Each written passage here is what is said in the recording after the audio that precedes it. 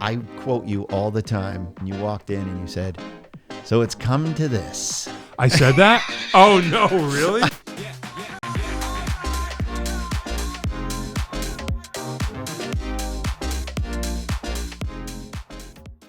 Are you ready?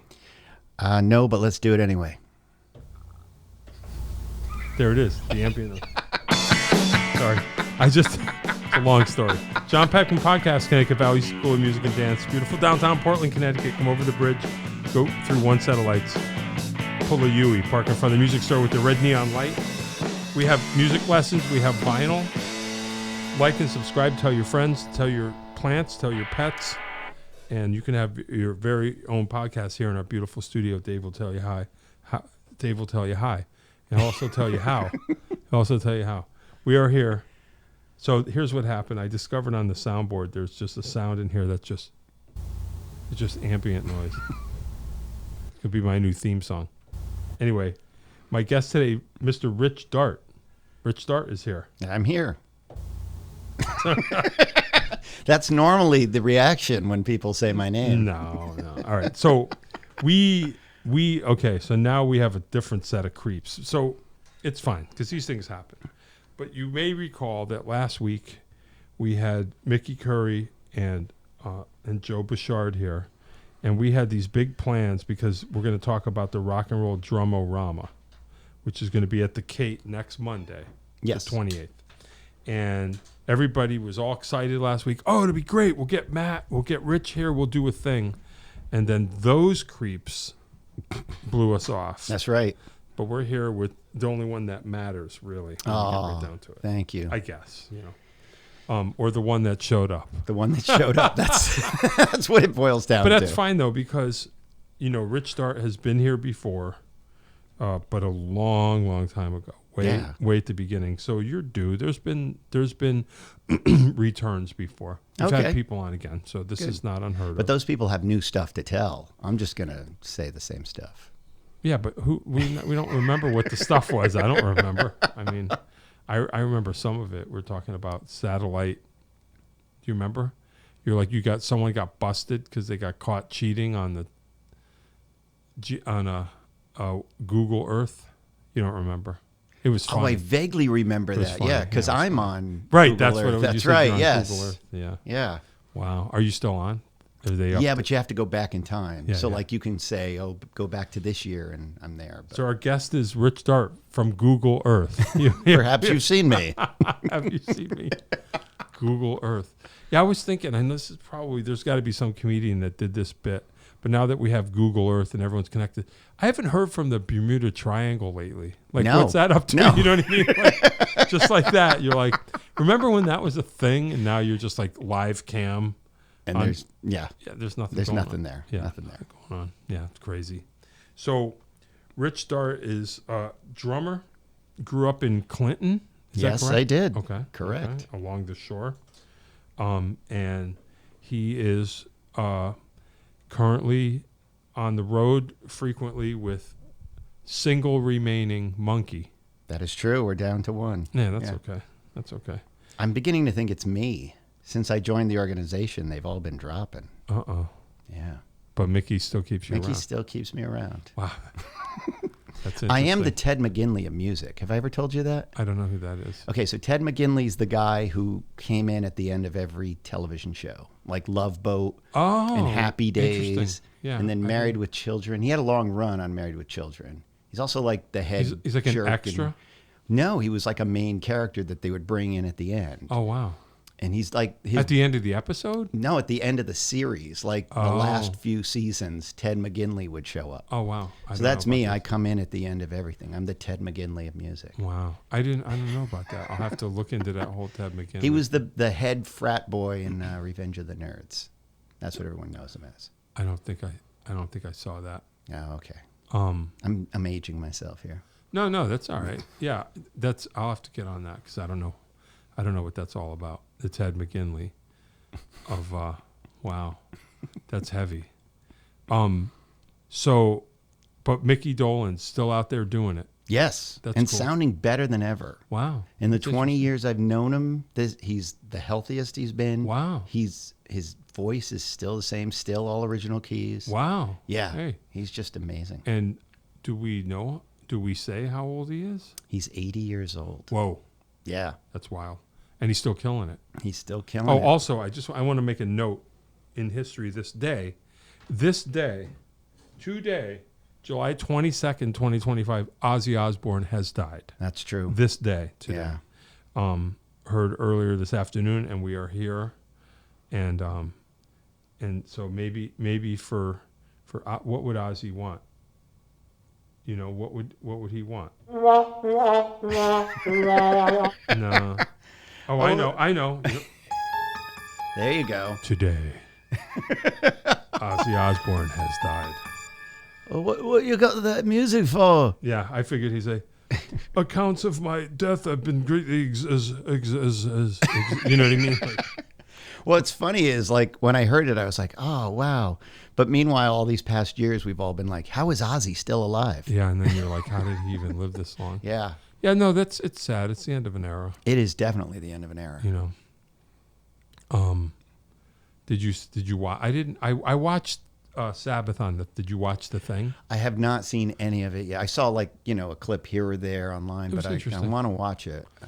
But of course now I can't help but feel like, as sad as it is, I was like, I'm not going to have a farewell concert and then die a week later. You know what I mean? It's like, that's the way to go out. It's like, That's how I want to do it. Yeah. Walk off stage and die. Yeah. Yeah. Well, I'm sure that can be arranged in some kind of way. Just let me know what I've died stage. on stage many times. Yeah, right. I just want to leave the stage first.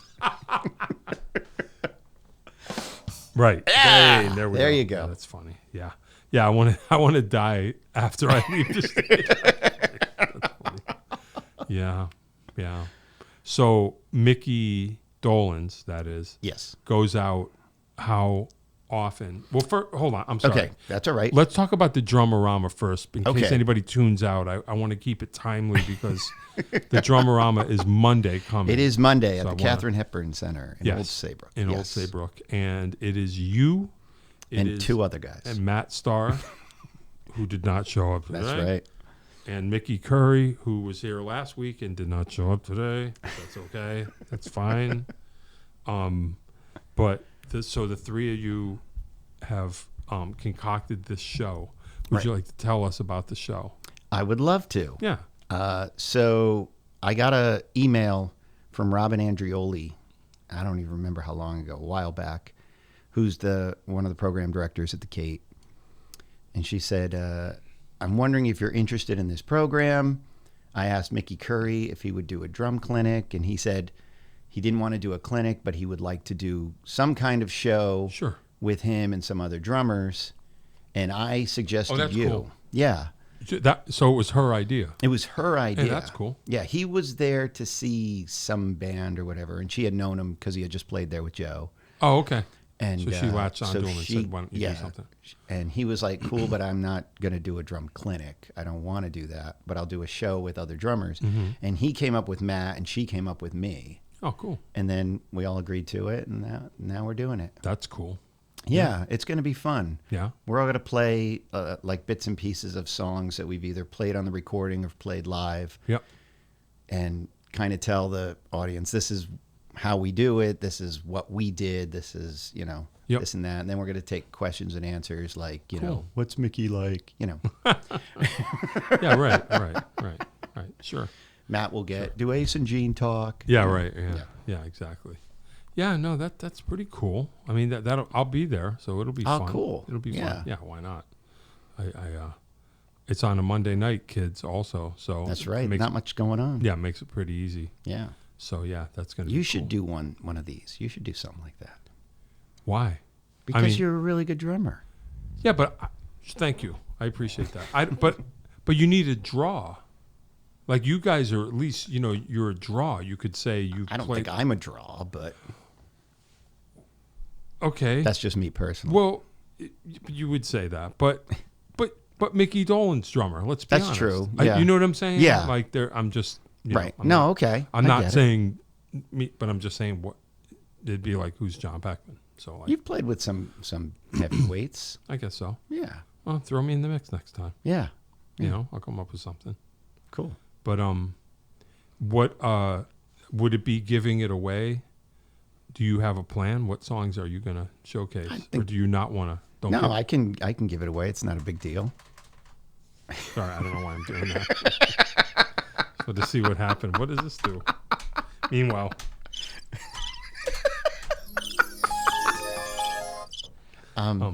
So the 3 songs I picked, I'm doing I'm Not Your Stepping Stone. Yep, sure.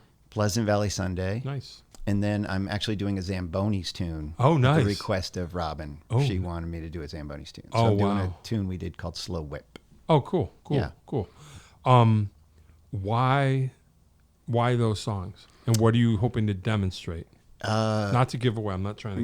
No. It's cool. So first of all, we wanted to do songs that people would know and recognize. Stepping Stone, everybody knows. What's great about that is like anybody who's a musician has played that song. Sure. Because it's, Sure. 3 chords. And secondly, there's 3 distinct drum parts to that. Oh, cool. Yeah. There's the groove, there's the breakdown, and there's the double time in the chorus. So there's 3 different things I'm demonstrating in that.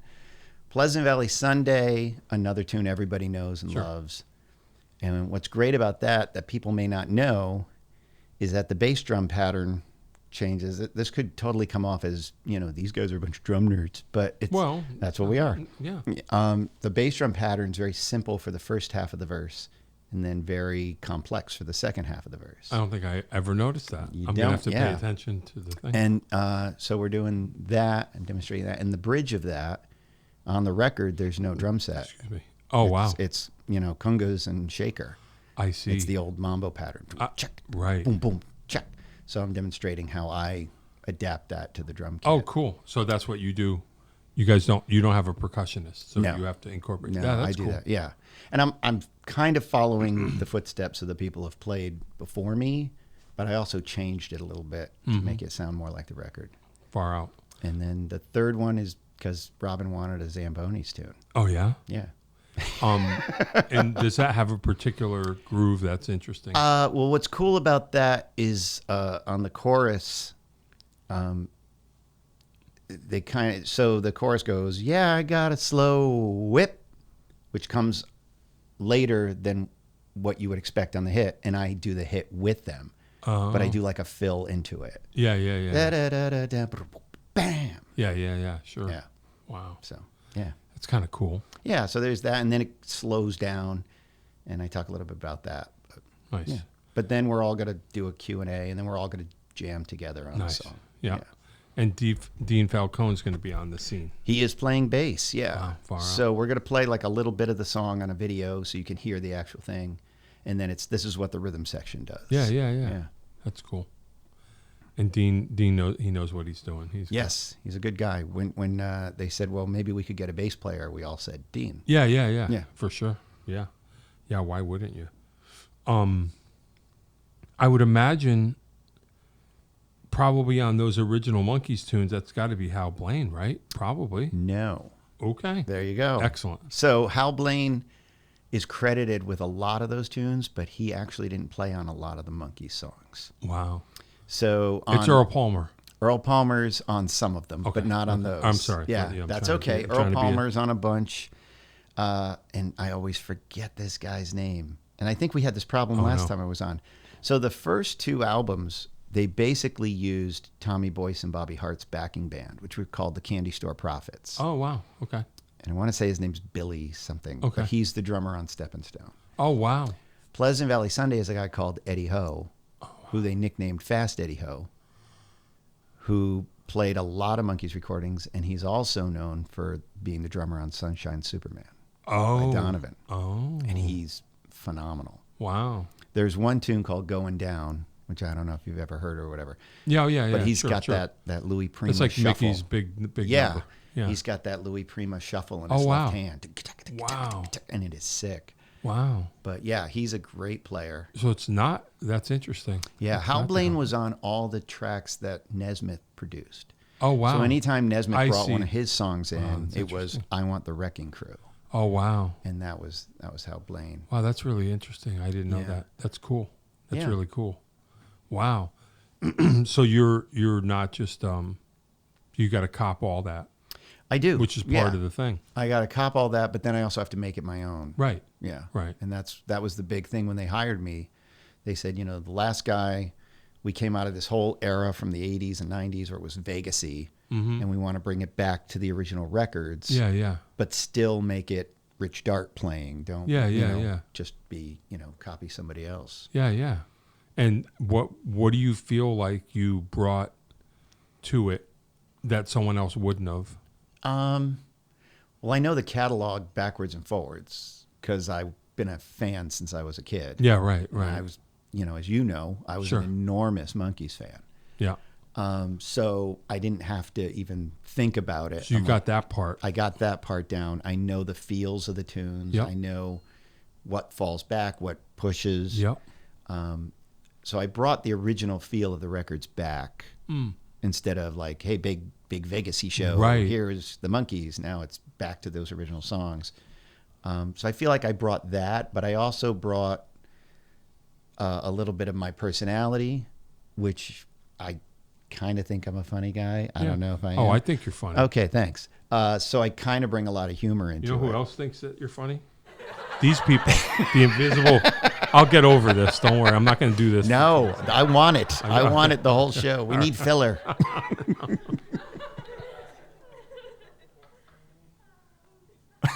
Whoa, that goes on a while. See, that end part is usually what I hear. You ever think I'm weird? You ever do this? Like my brother-in-law has, he has a Mellotron actually. Wow, nice. And I was playing it, and it has some of the original. Well, it has some restored tapes and some original tapes, and you hear the voice, and all I keep thinking is, these people are dead.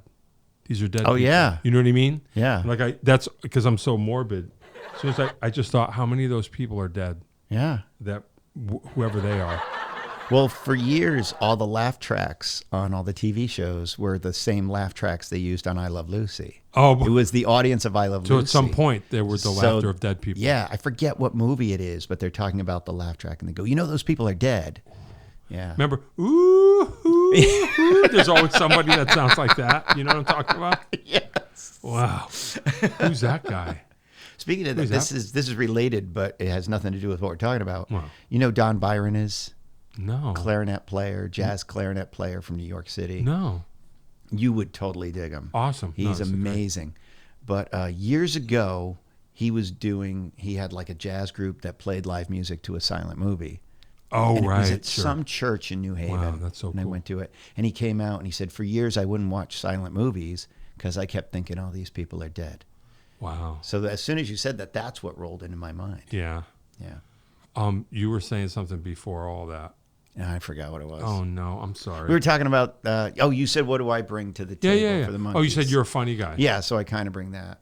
What's great about that band is we're all a family. So I've been in the band for 15 plus years now.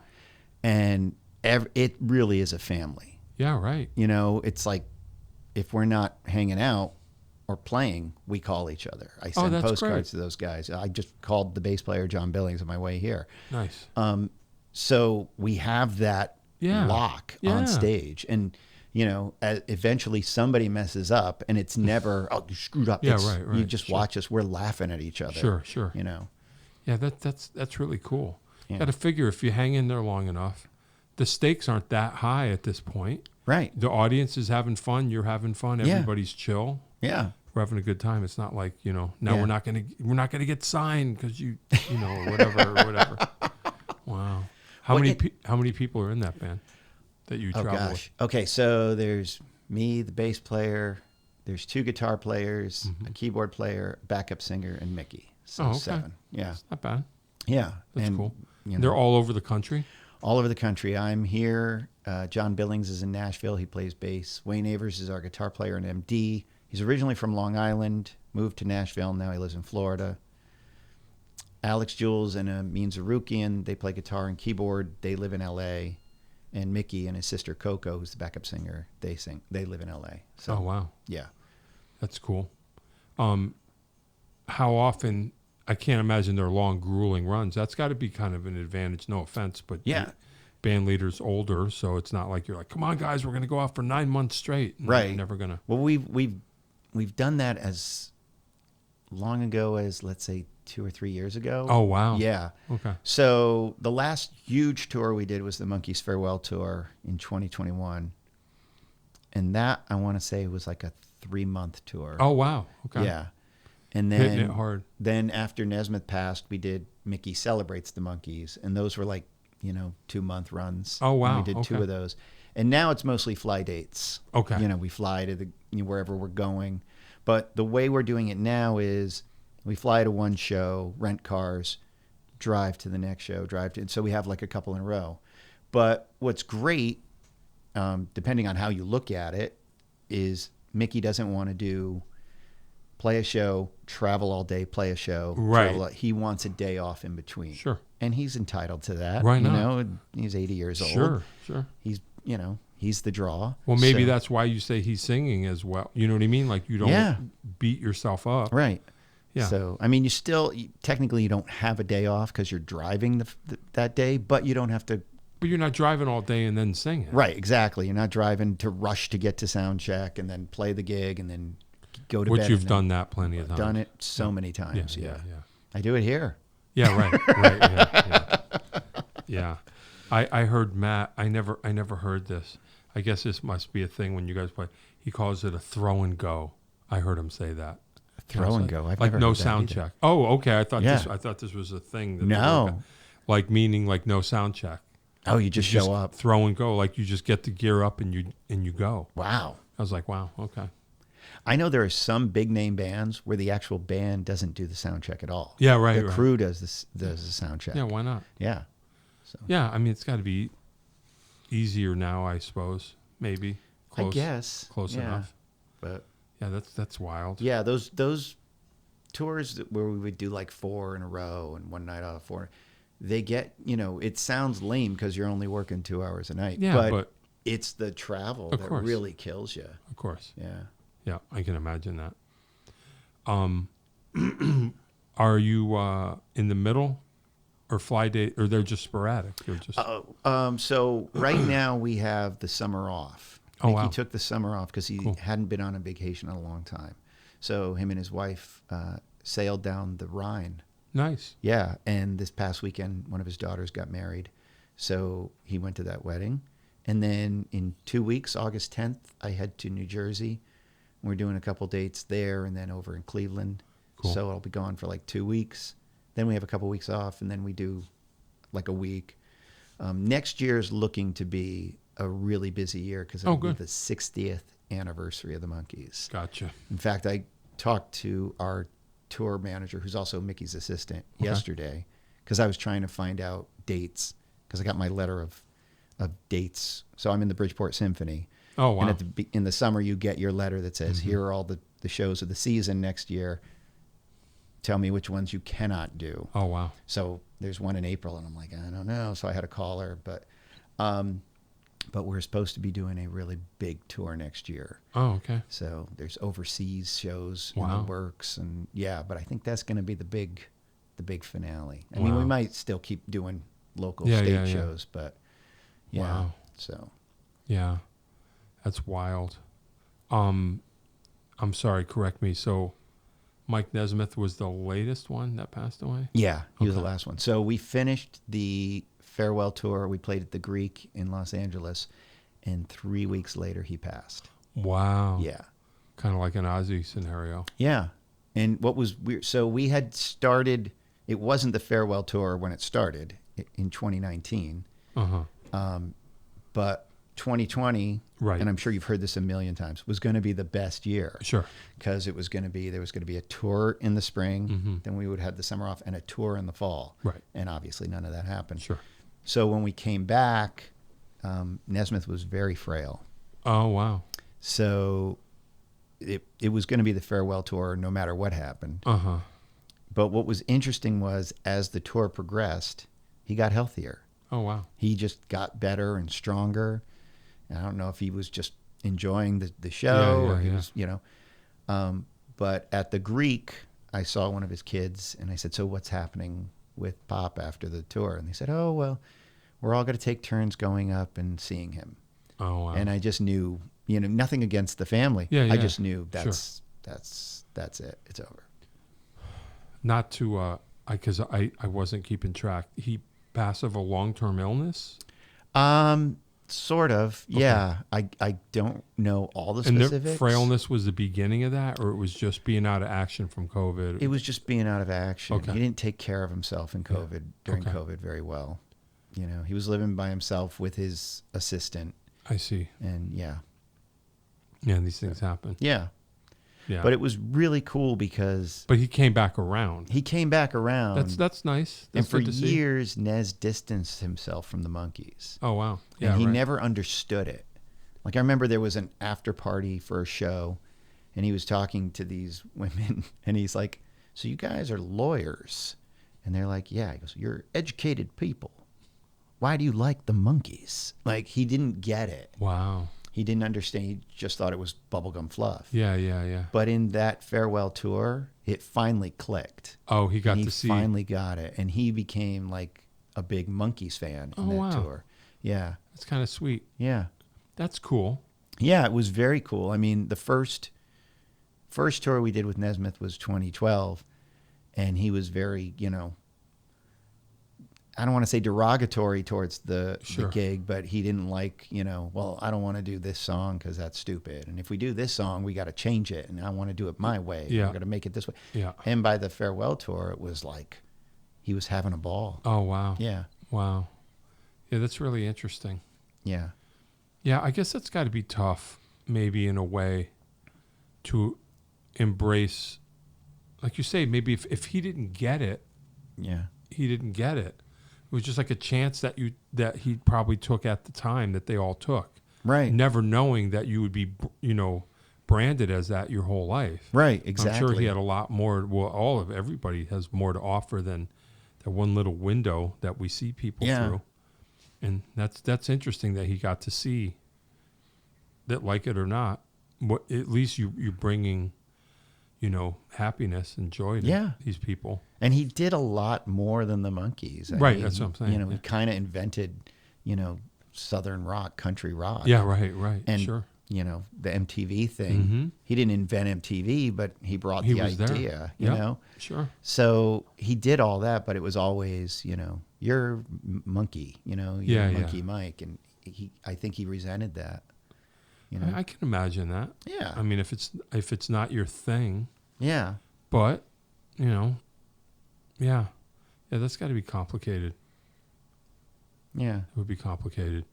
Well, I was just going to say, did any of the other members, but we can't talk about that or speculate about people who aren't here. Right. So let's not. Okay. I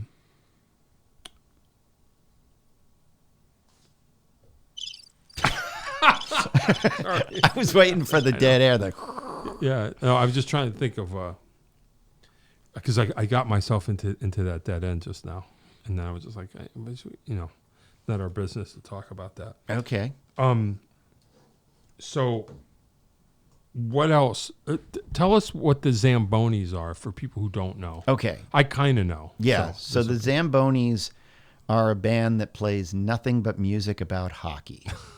And it's all original. It's not like we sought out every hockey song that's ever been written. Right. They've written these songs. We wrote hockey songs. Yeah.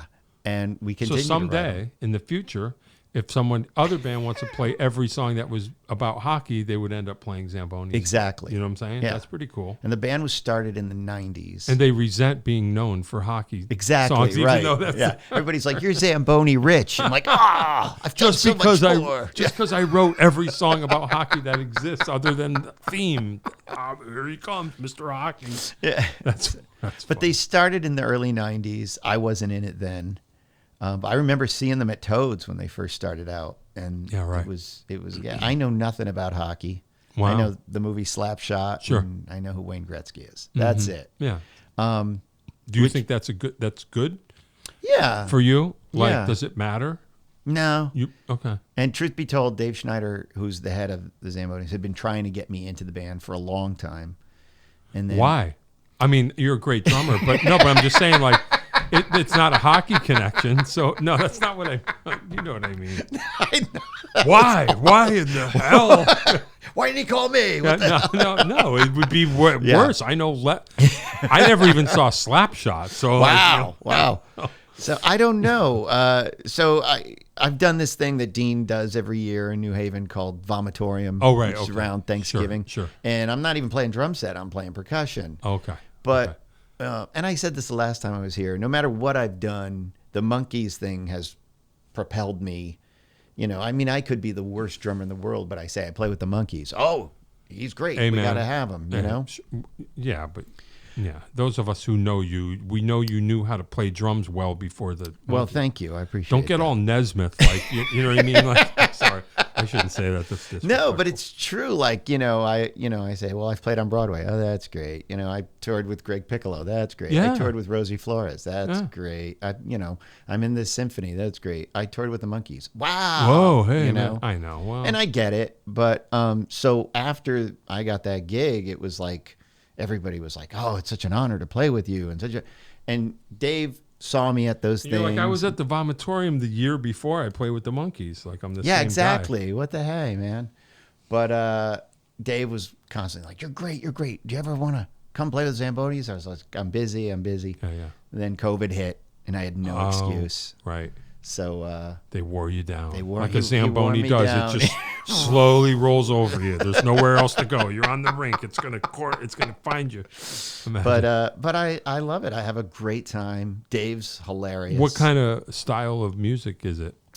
The best example I can give you is They Might Be Giants. Okay. They're kind of like They Might Be Giants. So like quirky pop, for lack of a better pop, but like, They Might Be Giants is all over the place with their styles. Zambonis are like, we do a country song, we do a jazz song, we do a rock song. All about hockey. Alternative, all about hockey. That's interesting. And it's really cool. There's some really great songs there, How many, name some of the song titles, how many lyrical, how many aspects of, how deep is their discography, first of all? It's very deep. They have a lot of albums. They had a minor hit with a song called Hockey Monkee, which became the theme song for some Nickelodeon show or something, or Disney show or something like that. That's you.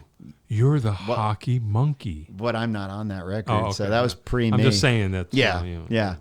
Oh, I get it. You know what I'm saying? Hey, Rich Dart, Mr. Hockey Monkey. Incidentally, though I had nothing to do with this, I always like to point that out. Yeah, sure. The Zambonis are opening for Mickey when we play Norwalk in September.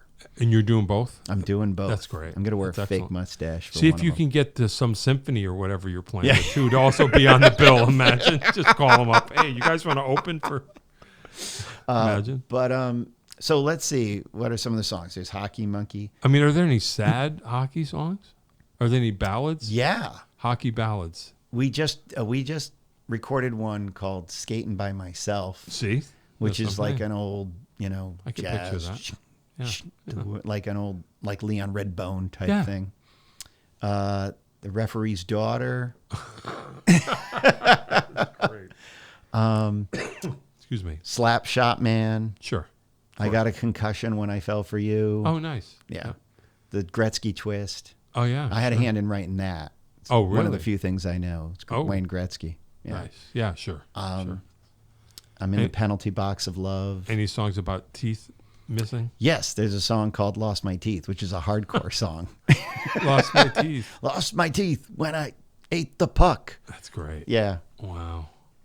Hey, that's cool. Yeah. We got a thing going. It's fun. It's a good time. We get like really interesting, bizarre gigs where we're playing on ice rinks or... Yeah, hell yeah. A couple of weeks ago, we played the Port Jefferson Ferry. That was interesting. Right. Yeah. Wow. Yeah. But yeah, it's fun, and that's what you call niche. Yes, as they say. yes. It's a very we wear niche hockey jerseys and hats. Yeah. You ever black out your teeth? Oh, that's a good one. You got to get on that. I should do that. You know what I'm saying? Yeah. They used to wear the full gear, like the helmets and the cages and the shoulder pads and the pants. Yeah. Great. Dave tried to get me to wear hockey pants, but it's really hard to play drums in hockey pants. Is it? Well, they're pants with pads in them. Oh, yeah, right. Sure. So you sit down. So you do that and you're knocking the snare drum. Wow. Yeah. So. Yeah, get on the teeth thing. That's a good idea. You know what I mean? Next Zambonis gig. Yeah. Just show up with the missing teeth. Wow, that's wild. Does Canada know about you guys? Yeah. Yeah. We've played Canada. Yeah. I hope We're so. trying to get back up there. Cool. Yeah. Cool. Wow. That's funny. What else? What else am I doing? You said the Bridgeport, Bridgeport Symphony. Yeah. I'm a member of the Bridgeport Symphony. I've been in that for years, probably almost as long as I've known you. Yeah. Oh, wow. I play with the Wallingford Symphony sometimes. Any other symphony that calls me. Yeah. What else do I do? I play every Thursday night at the Griswold Inn in Essex. Oh, right. With a group called Cherry Pie. Oh, wow. Yeah, that's right. Jillian Gray is the singer, and she plays ukulele. And then the bass player is Lou Baccarelli, who is just a monster. Yeah. He's the reason I do the gig. Oh, I mean, cool. It's a fun gig. But Yeah. Lou's the guy. Yeah. You know? Yeah, no, that's for sure. So I do that. Anybody else who calls me? Yeah. Cool. Just putting it all together, trying to make it make sense. I don't think I'd like a career where I wasn't doing everything. Oh, wow. Okay. Yeah. I mean, because as long as I've been playing, I've always been involved in different things. Yeah, right. So, like, you know, tonight I'm doing this. Tomorrow I'm doing that. Yeah. Tomorrow I'm doing this. Yeah. Nothing wrong with that. Yeah. And I teach, too. Yeah, right. Yeah. Right. Yeah, that's cool. Yeah, I don't blame you. I mean, that is the fun of it. Yeah. So somebody once asked me that, like, how come you stay here and you don't go to New York or California? Yeah. I don't think I'd be able to do that there. Is that right? Maybe New York, possibly New York, but like if I moved to Nashville or California or whatever, it wouldn't be, hey, I'm playing in the symphony this weekend. Oh, I see. This band the next weekend, and then touring the following weekend. No Zambonis there. No Zambonis there. Yeah, you'd be stuck in your niche. You know? Hey, that's kind of cool, though. Yeah. You know? I mean, that's kind of, I don't know. I only ever lived here. But I do feel like in hindsight that Connecticut's not a bad place to be. No, it's a great place. You know what I mean? Yeah. Because you remember the A to the Bar days when we were on the road a lot. It was, I now realize, like, I'm making an assumption, I doubt anyone from Des Moines, Iowa is going to see the Jon Peckman podcast, but if they do, hi there. But how's it going? But, like, for example, you know what I mean? Like, I have family from Pittsburgh. Okay. You can only play Pittsburgh. You can maybe play Cleveland if you want to drive. It's like to Boston or something. But when you're here in Connecticut, we worked Rhode Island. You know, you could do all of New England and still make it home at night. Right. And so get a lot of playing experience done. Like, I look back now and I go, I wouldn't have gotten all that playing experience any other place or time. Exactly. You know? Yeah. So yeah. There is that. And, you know, not that there's no competition here. Don't you think a lot of cats also, I'm sorry, but in Go New ahead. York, they don't leave New York? You know what I mean? Like, Exactly. Right, okay. Yeah. So, and in New York, you've got like thousands of people trying to get the gigs. Right. Same thing in Nashville, same thing in LA. I mean, truth be told, when I was like a teenager, my goal was go to Hart and then move to LA and continue the tradition. Do you know who the Hart Mafia is? No.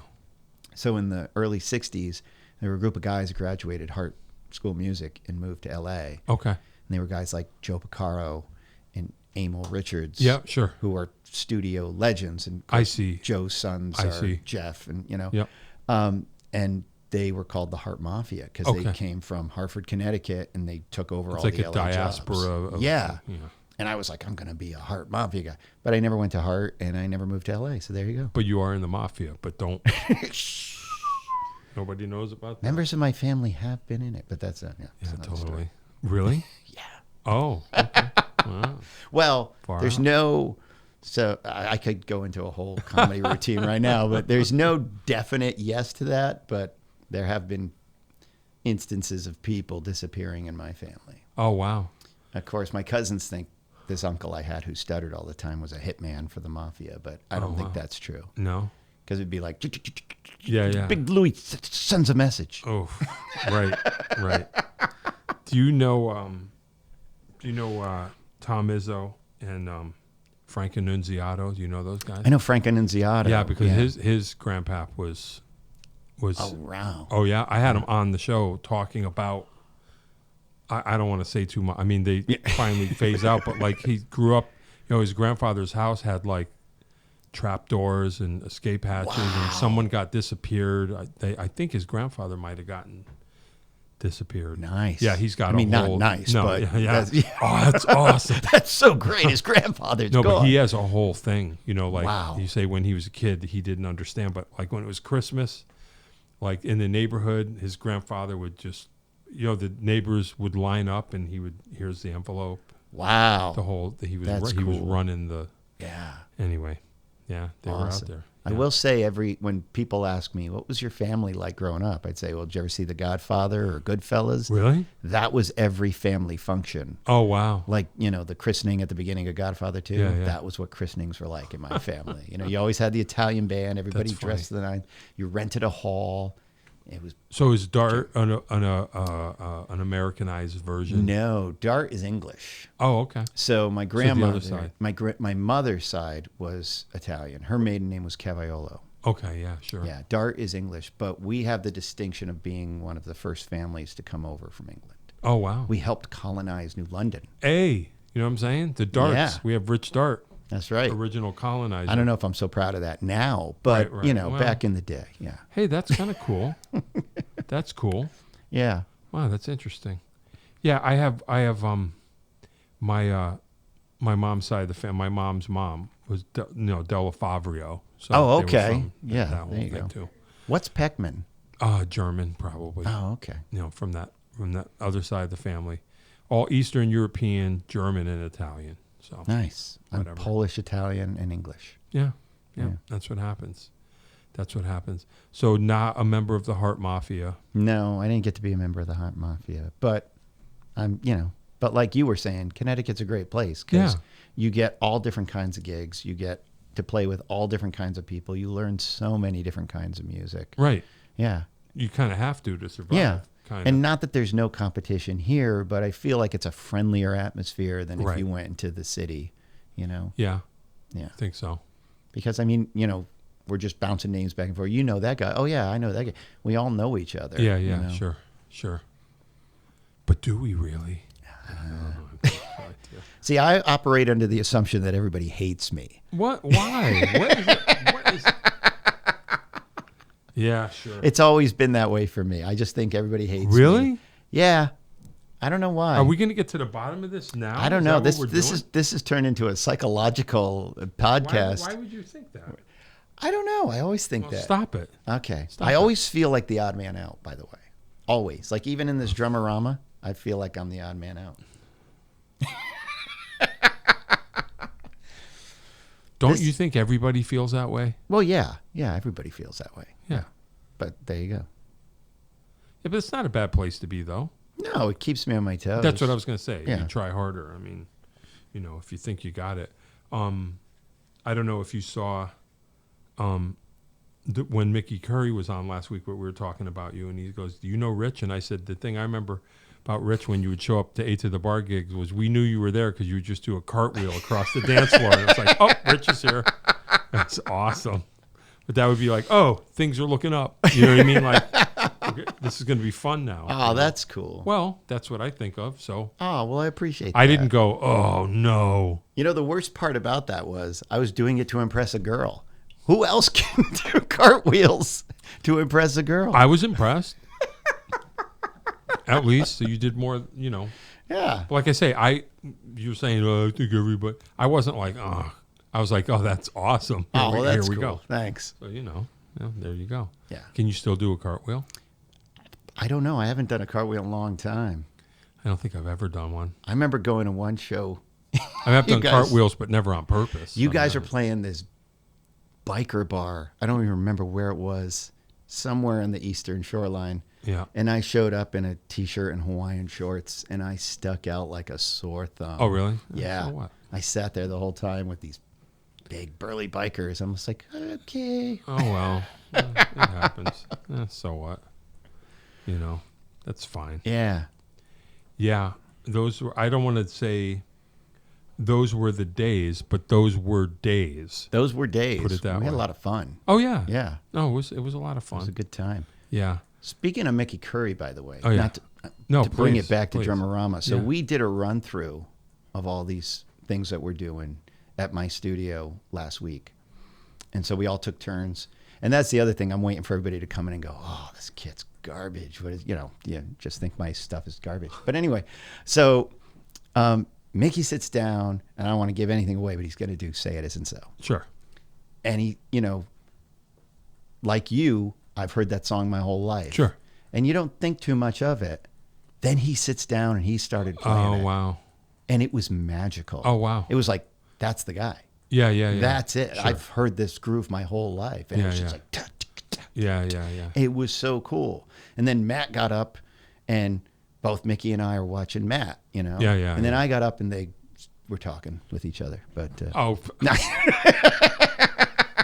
Now, see, this is a problem. See, that's the problem. I will say this. I love Matt. My drums have never been hit harder. No, I know. My life. It sounded great, but it was just like, whack, boom. And I was like, wow. Yeah, he swings for the fences. But he was good, man. Yeah, He's never so ask Matt good. to sit in. Just don't ask him to sit in. But he's good. He's good at what he does, Yeah. It sounded so solid. Well, I'm looking forward to, because I never saw Mickey Curry play live. I just never Neither did. have I. So I don't have a sense of how hard or not. And to me, that's important. It's kind of part of it. Yeah. So I'm curious to. Yeah. No, I had see. never seen either one of them play before. Oh, I mean, I've seen him play online. I watch Matt play online all Yeah. the time. And I don't think either one of them had seen me play before. Yeah. So, yeah. That's cool. It was really funny because it's like I played Pleasant Valley Sunday, and Mickey comes over and goes, "How do you get that ride cymbal sound?" And I'm like, "You're the guy who's on like every record I owned in the '80s." Well, right. Well, he's another. He's another one. If you saw the show, I mean, I think I saw the show. Yeah, I did. I thought it was really, really interesting, at least from my standpoint. I just kind of realized, because I'm a nerd, from the outside looking in, and I'm asking him like I asked him, do you have this presence, and do you develop, or you don't even know? And he's like, I don't know. Yeah. He just makes that sound, and people like that sound, and he doesn't need to know.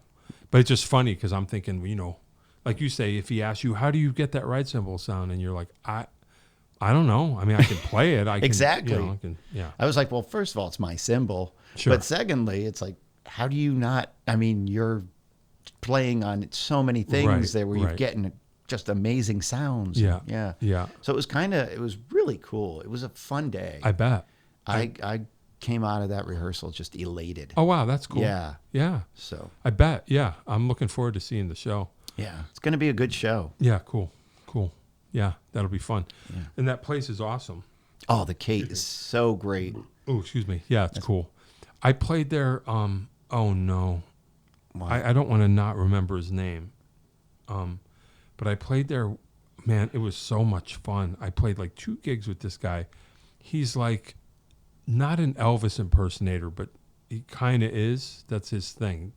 Okay. Johnny Rogers. Do you know Johnny Rogers? Dude, How do I know that name? Is he from Rhode Island? Is he a Rhode Island? No, I don't know. I think he lives in Florida. Okay. I got a call one time from Junior Boyne, the bass player? Yeah, of course I know. So he called me up one day and he goes, I got this gig. It's totally crazy though. I need you to be on your toes, and I think you're the guy that you can pull this off. And I'm like, okay, whatever. And he goes, it's this dude. He kind of does this. He's kind of like an Elvis impersonator type, but he can go anywhere at any time at the drop of a hat. He's like one of those old school entertainers. Like, he's just going to throw stuff out. And if he gets a reaction, then all of a sudden it's a Johnny Cash show or whatever. Okay. He'll just go like wherever. No rehearsal, no sound check. Like, he's just going to show up. Wow. And anyway, I've never seen anything like it, let alone on stage. I just was like, I can't even believe what is happening right now. It was hilarious. It was great. That's awesome. Old school entertainer. Like, you did not leave that place. Wow. Until we played the Kate, and it was Nice. hilarious. At one, I don't want to give away the Johnny Rod, but just give you an example. Like I don't even think he knows what he's going to do. Like he just gets in the zone, right, and he starts talking, and I'm just like, what song could this possibly be? And at one point, he plays guitar, and it suddenly dawned on me after a while that I'm like, oh, this guy's a really good guitar player. You know, he was strumming along, right. But then I heard him take a couple of leads, and I'm like, what's going on? And then at one point, he goes, well, ladies and gentlemen, now I'd like to, play a song from somebody who passed away over the last few years, one of the great, and I'm just thinking, who in the world could this be? And he's got his guitar on. He's like, of course, I'm talking about the one and only Prince Rogers Nelson, and just starts playing Purple Rain, and I'm like, oh, okay. Wow. So we're playing Purple Rain, and he gets to the lead, and this is just picture Elvis, and just starts ripping this lead solo. And I'm just like, what is even happening right here? So then he gets to the very last note and turns around and jumps up and lands in a split. Well, like not even Prince did that. I was just like, this is amazing. Oh. I just was like, I can't, this is outrageous. It was outrageous. That's amazing. That happened at the Cape. Nice. So funny. Anyway. Well, I got to watch next time he comes. Yeah, I didn't get a call. He's like, he comes around, every once in a while, and I like you, son. Okay, nice. Great. He's funny. He goes, I like you. I don't like your drumming, but I like you. Okay, well, that's cool. He's kidding, of course. He was super sweet, right? Yeah. But I mean, I've never seen anything like that. That's brilliant. Yeah, it was amazing. And we played at the AquaTurf. Okay. At like noon. I was like, what is this? Okay. And I didn't know anything. I show up, big production, the biggest room, sound, and in walks Elvis with a broad on it's his wife. She's wonderful. Right. But I'm like, I just, me, I just walked up to him. I go, you must be him. You must be the dude. That's right. And I don't even know what the gig is, but they're like, we got to clear the hall. Sound check's got to be done by 11 and I'm just like, why? And we get done and we're upstairs and all of a sudden it's like senior citizens from all over New England bus trip. Yeah. And all of a sudden there's like 1,000 old folks in this room, and that was the audience. And before we went on, there were 3 or 4 different people got taken out in ambulances before we even started, which is not funny. Wow. But it's not funny, but yeah. You put that many elderly people in one place, it's bound to happen. But anyway, that was a crazy gig. That's amazing. Talk about showbiz. When I was touring with the Broadway show Avenue Q, Sunday afternoons was always the elderly day. Right, sure. So if we had to enter the pit by going, out into the, the aisle, sure, it would just be like the rows of walkers and wheelchairs on the sides of the smell theater. Yeah. Ben Gay or whatever. I did a gig similar to that, not no Elvis impersonator, and I'm not trying to one up you by any chance. But Michelle Berthling Brett, do you know her? No. She's married, and I am so sorry, I'm forgetting his name. This getting old stuff sucks. Yeah. Anyway, she's married to this guy, Mark Brett, who worked at the Wolf's Den for years. Right. Yeah. Sure. And they have this Carpenters tribute show that they do. Oh. And I got a call one day that like our drummer can't make it. Oh, wow. We're in Rhode Island. We're doing a show. Oh. Can you come down right away? And, I drove to Rhode Island, did the gig, and it was all reading. I had to read the whole book, listen to the click. But it was that with like senior citizen bus trip. Yeah, sure. They were everywhere. That's okay. Yeah. God bless them. No, it was great. It was fun. And they were like, I'm sure some of them thought they were really seeing Karen Carpenter, Yeah. Bless them. That's okay. Yeah. Yeah. Unfortunately, I'm sorry, a certain amount of them probably are seeing Karen Carpenter right about now. It's a terrible, awful thing to say. You're going to have to do a lot of editing to this I know. Oh, yeah. All right. Well, we could be getting close. I mean, is there anything else that you want to talk about? No. All right, here's a question for you. Okay.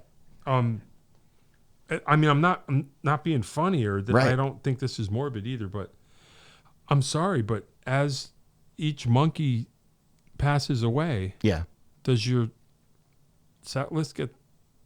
How do you You know what I mean? I totally know what you mean. And I totally get why you're saying that. Well, here's the thing.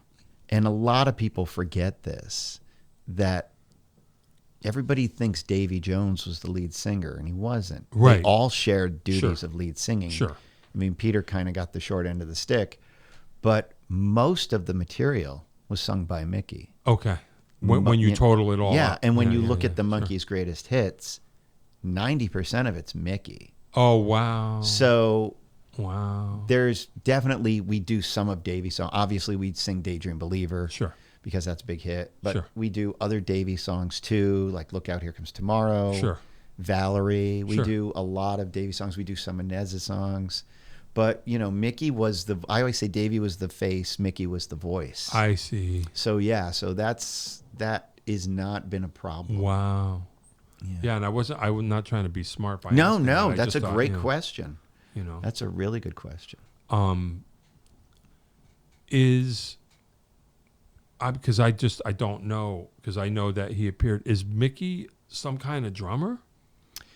All right, so that's a good question. You don't have to. No. So here's the thing, and we the three of us in Drumorama were joking around. Yeah, so we were joking around about what the questions were going to be, and the question I always get, because Mickey said the question he always gets is, or the comment he always gets is, "Hey, you're drumming on Summer of '69 is great," and he's not on Summer of '69. Which I did you see? I made a mistake. I didn't know he wasn't on Heaven, but I did. Yeah, that's Steve Smith. I learned that watching. I didn't know. Watching I knew he wasn't on Heaven, but I didn't know it was Steve Smith. And the one I always get is, so you played drums for Mickey Dolenz. Wasn't he the drummer? Right. Yeah. And so Mickey will be the first person to tell you, I'm not talking out of school by any means. He was not a drummer. He was an actor playing the part of a drummer. Okay. And even like he did Billy Corgan's podcast a couple of weeks ago. Yeah. And the point he always hammers home is the Monkees were never a band. It was a cast of a television show. Sure. That eventually did go out and play their own instruments and play their own concerts, and but it was always the cast of a television show. It'd be like, if you went to see Josie and the Pussycats or the Partridge Family. Sure. And Mickey did learn to play drums for the show, but he plays very differently. So he's right-handed, but left-footed. So you'd think he would kind of play opposite of you, because I know you play open. Sure. But he doesn't. He sets his kit up right-handed, but plays left foot right-handed. Oh, wow. So the hi-hats here, the toms go like this.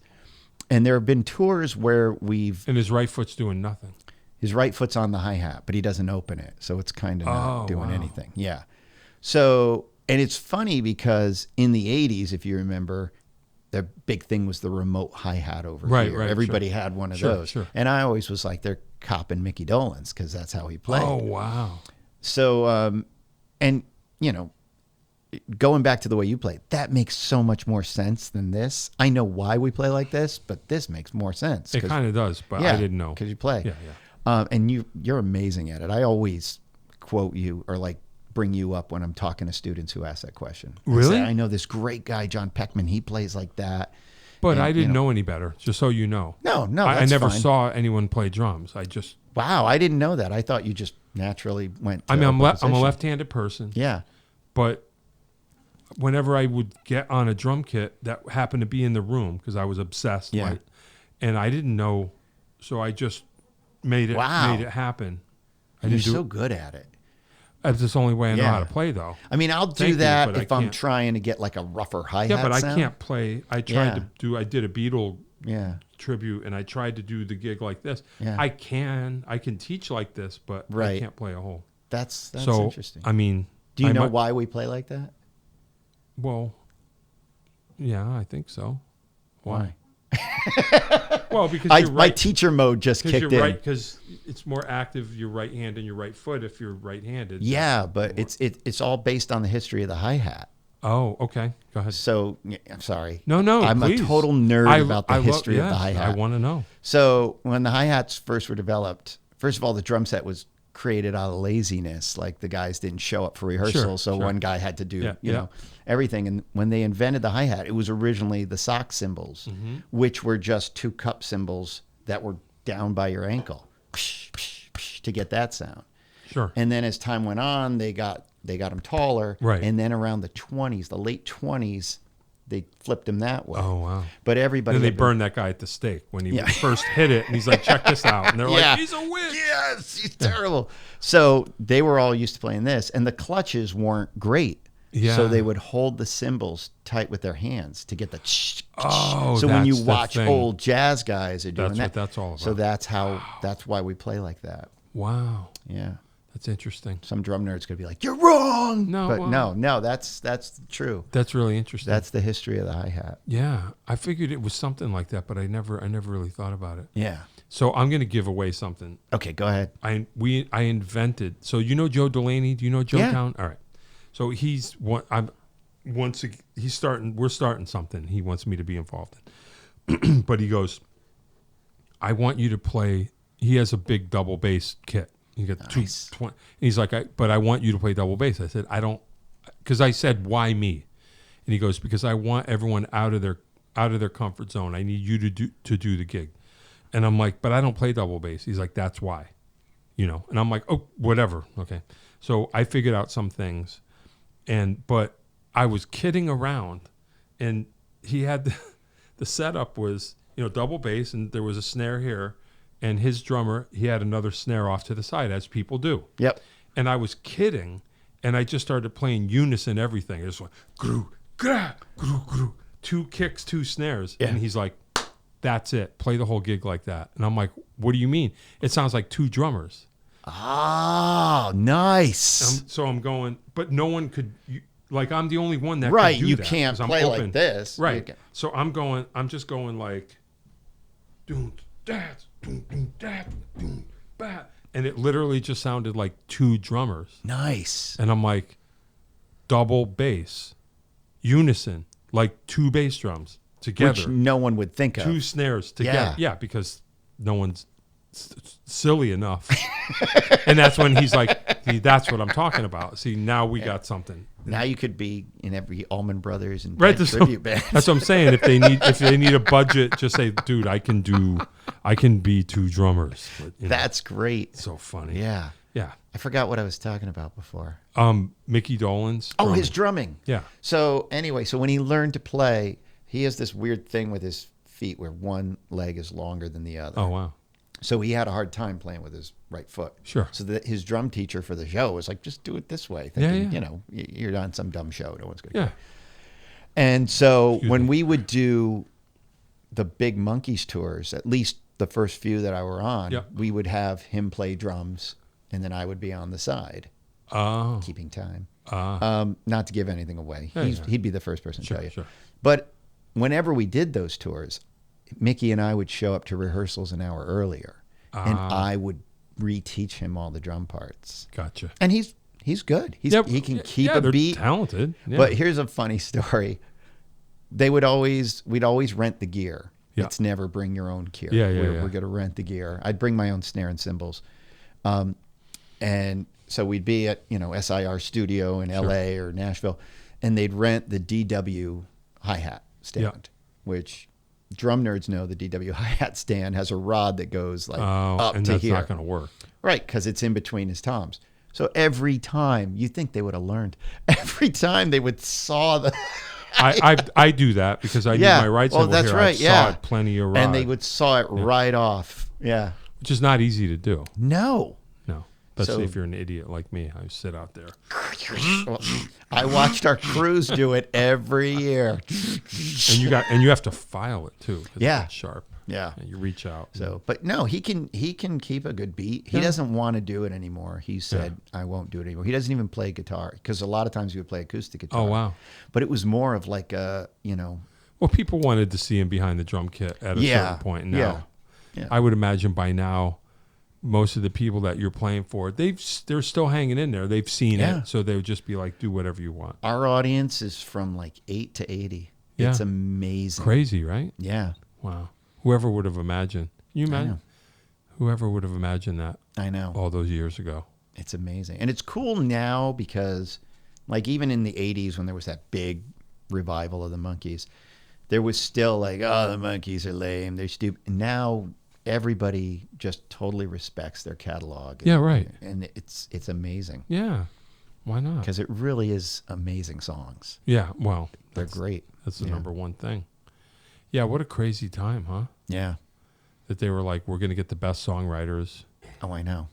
Unbelievable. To do these songs. That's why it works. Well, you had Don Kirshner in the mix, who was the guy that was the music coordinator for the first 2 albums. And he knew all the Brill building people, and he brought them all in. And then, of course, they fired him. That's a whole nother long story. But we played New York last fall, and Paul Schaefer sat in with us. Whoa. But we got him to introduce us as Don Kirshner. Do you remember that bit on SNL? I'm Donnie Kirshner. No. Oh, my God. Really? So Don Kirshner in the 70s had the show called Don Kirshner's Rock Concert. Sure. Oh, yeah. And he was always like, I'm Don Kirshner. Today we got, and it was monotone. Yeah. And Paul used to do that on SNL. Oh, okay. So we got him to introduce us as Donnie Kirshner. And he immediately was like, yeah, I got it. Yeah, totally. You should ask him to be Artie Fufkin. Oh, Artie Fufkin. I did wear a Spinal Tap shirt on the gig that night. So, that's right. Yeah. Wow. Yeah, that's heavy. Yeah. We could be done if you want. Yeah. Do you want to be done? It's up to you. Do you want to tell me 5 albums you can't live without? Oh, you did this last time. Yeah. I have to come up with 5 different ones. Maybe or maybe not. I don't remember. 5 albums I can't live without. As Mickey Curry, did you see that? He straightened me out because I tell people I don't know why I got this desert island thing. Well, I'm like and Mickey was like 5 albums you can't live without. And I'm like, you're right. That's the way. That's what he said. Yeah. Yeah. Yeah, because last time you said desert island albums. Yeah. So 5 albums I can't live without. That's a toughie. Mm. And I think it stumped me last time too. Okay. I'll just say ones that no matter how many times I listen to them, they just pump me up. Sure. And I said this last time, Adam Ant's Friend or Foe. Right. Which is just, I love that album. Everything about it. Carole King's Tapestry. Sure. I mean, the performances, the production, the playing. Yeah. But I have new ones since then. Oh, boy. Sinead O'Connor's I'm Gonna Be Me. Oh, wow. Have you ever heard that? Nope. It was a later album, like the last few years. Wow. It's amazing. Huh. I have always loved Lion and the Cobra. Yeah, sure. But this album is unbelievable. Wow. So that's 3. And let's see. Oh, man. I have to give a nod to my friend Kim Shattuck and say the Muffs album, the first album. I'm not familiar with that. So I had a very dear friend, Kim Shattuck. Just back up when there was all that silence. I was just going to discreetly. Okay. But anyway, pretend that. All right. So one of my best friends in the whole wide world was this woman named Kim Shattuck from L.A. who started in a group called the Pandoras, then branched off into a group called the Muffs. Okay. They were kind of big in the 90s, and then later on they had like an underground following. But their first album, though sonically not the best, it wasn't the best produced, the songwriting is unbelievable. And I can listen to that album over and over again. Yeah, she wrote cool. all the songs. So there's nice. that. What's one more? I just got rid of the crickets. I got to get the... Where's the dead air? Get the dead...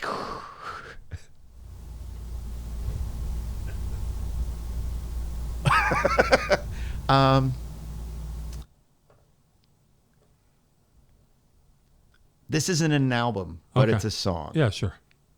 A Matter of Trust by Billy Joel.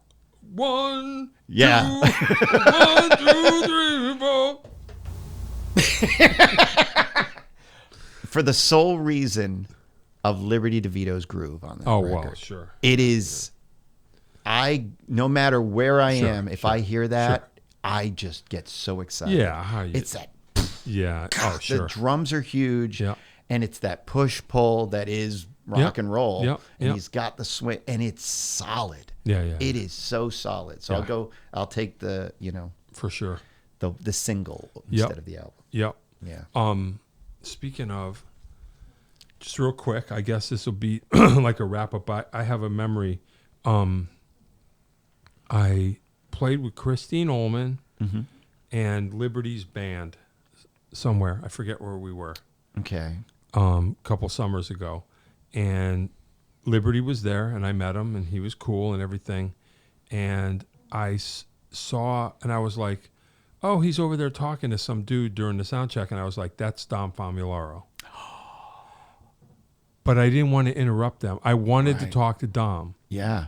But I didn't want to interrupt them because they were old friends and they were talking. And I didn't say anything. And then I saw him leave, Right. Yeah. Fine. I've done that a million times. But we got through, 4 or 5 songs, and I was a little bit nervous because I'm just, he knows, he's heard everybody. And I watched Dom Famularo walk out on my gig. Aww. And I messaged him because I said, "Hey, this is Christine's drummer, and I wanted to say hi to you the other night at the gig, but I didn't want to interrupt you in Liberty. I just wanted to say, hey, I appreciate everything you do." And I didn't hear back. So I was like, that's fine. I don't know if he checks his Facebook messages. And then a week or 2 later, I got the sweetest message from him going, "Oh, hey, you sounded really great. I wish that you would, whatever. And I was like, "Oh, that's cool." And he died the next day. So he must have... Right. It was your fault. Wrapped up. No, I'm just kidding. He must have been like, "I'm going to wrap up my affairs." Kind of like, anyway, full circle with Ozzy. But I mean, that would have been fine if he didn't reply. I would have been like, that's okay. Yeah. But I was like, "Oh, wow, how nice." And then like the next day or 2 days later, he passed away. And I was like, wow. So I saw him like a couple of weeks before and never talked to him. I'm glad I left them alone because that could have been their time. I'm not going to go up and go, "Ugh." Yeah. Because Liberty was cool, but we weren't like hanging out really. Right. We just kind of keeping. I was staying out of his grill. Right. But but that, just speaking of like with Ozzy, you just go, "Whoa, that was it." That was it. So Dom, I hope that I didn't get the last message. Right. You know what I mean? But I get the feeling that he probably just hit send on everything. Yeah. He probably had a bunch of stuff. Yeah. It was like, dunk, dunk, dunk. Yeah. Anyway. I've got one funny drum story to tell you, and it doesn't involve me. Oh, boy. So how funny could it be? No, this is a good one. This is recent, too. All right. So I'm not name dropping, please. Sure. But I'm good friends with Chris Franz. So, nice. Talking right, Heads. Sure, of course. And he actually came. Zambonis had a gig last week, and he came to it. He's a huge Zambonis fan. Oh, that's funny. And he's like, "So I was in Stop and Shop today, and I see Carmine Apiece, because Carmine lives up here now." Oh, really? Well, down that end of the state. And he goes, and I go up to him and I say, "Hey, Carmine, how are you?" And Carmine looks at him and goes, "Who the hell are you?" Yeah, right. Yeah. Who are you? Yeah. Where's your? Yeah. Oh, sorry. I can't. I'm gonna create so I don't have to go. I just thought that was the greatest story. I totally stole it from Chris, but I thought that was hilarious. You gotta wonder. I mean, I love Carmine, but how much would he know? Would we be like Talking Heads? Probably not. He probably would know. But it's similar. So when funny. I met Carmine, when Davey passed, they did this huge farewell tribute at what was B.B. King's in New York, and everybody who was anybody was there, and Carmine was there. Yeah, sure. And I went up and I said, "Hey, Carmine, it's sure. a pleasure to meet you." And he was just like, "How do I know you?" So it was Oh, no. And I was like, "Well, you don't. I'm Mickey's drummer." And okay, nice to meet you. Well, I got that. I know I said I might have told this before, and no disrespect, but So, I mean, I played with Peter Tork for a while. I know. Back in the day. Oh, no disrespect taken. No, for some reason, I don't know. I know. But it was cool. And then I didn't see him for years, and he showed up at a gig I was playing. And I went, I mean, I don't have any bad feelings for him. Right. We didn't become bros. And I went over to him, and I mean, it was my gig. I think he knew who I was. I was on stage playing drums. And I went over to him, and I was like, "Oh, hey, how's it going? I just want to say hi." And he just looked right at me and said, "Don't recall." And I was like, "That's fine. That sounds like Peter, though." And I'm like, "That's fine." Don't take it personally. No. I didn't. But I thought that was, I was like, okay. And I think I've said this to you before. You didn't work with Peter unless you got yelled at. So Okay, that's all. I'm just glad it wasn't just me because I loved him dearly. Sure. I spent a lot of time with him. Yeah. But he had a thing. He had a thing. Yeah, he had a thing. I mean, I have a thing too, but I felt like he kind of got the last laugh, and I'm like, that's fine. I can take it. Yeah, I didn't. No, there was nothing. No ill will meant. And obviously, not knowing. I mean, who am I to think? Honestly, he could genuinely not have remembered who the hell I was. Because why should he? And I don't know what he was going through. So, yeah. But I just thought that was funny. And I'm not going to go, come on, man. I was your drummer. I played with you for however long. Yeah, I just was like, yeah, that's fine. Yeah. So. Anyway, all right. You cool? I'm cool. Okay. The Rock and Roll Drummerama next Monday at the Kate is Mickey coming near here that you want to tell us about. Yes. So September something. Oh, okay. Let me look it up because up. I'm that on the ball with things. Well, Mickey is playing in Norwalk, Connecticut. Excuse me. And I can't remember the name of the venue. It's a fairly new venue. It's going to be that theater. Yeah, that theater in Norwalk. It used to be that, and now it's this. It actually, and everyone will know. Yeah, and that's September 28th. Wow. So Drummerama's July 28th. Mickey in Norwalk, September 28th. Whoa. And the Zambonis are opening. Hey, that's right. It's a double dose of Dart. That's awesome. Yeah, that alliteration thing going on. Cool. Love it. All right, we're going to go. All right. Are you cool with that? I'm cool with it. Thanks for coming. Thanks for having me, man. I don't want to say no thanks to those other guys, but I'm glad. No, it worked out fine. This was fine. Well, because we were due anyway, so. Yeah. Now we've lost our audience, so it's all good. Nah. Yeah, you know where the audience is? Hey, you people are great. Thank you. Just nothing. All right. I'll get over it, folks. I'm sorry. This will run its course. This is not going to last. I quote you all the time. Really? Yeah.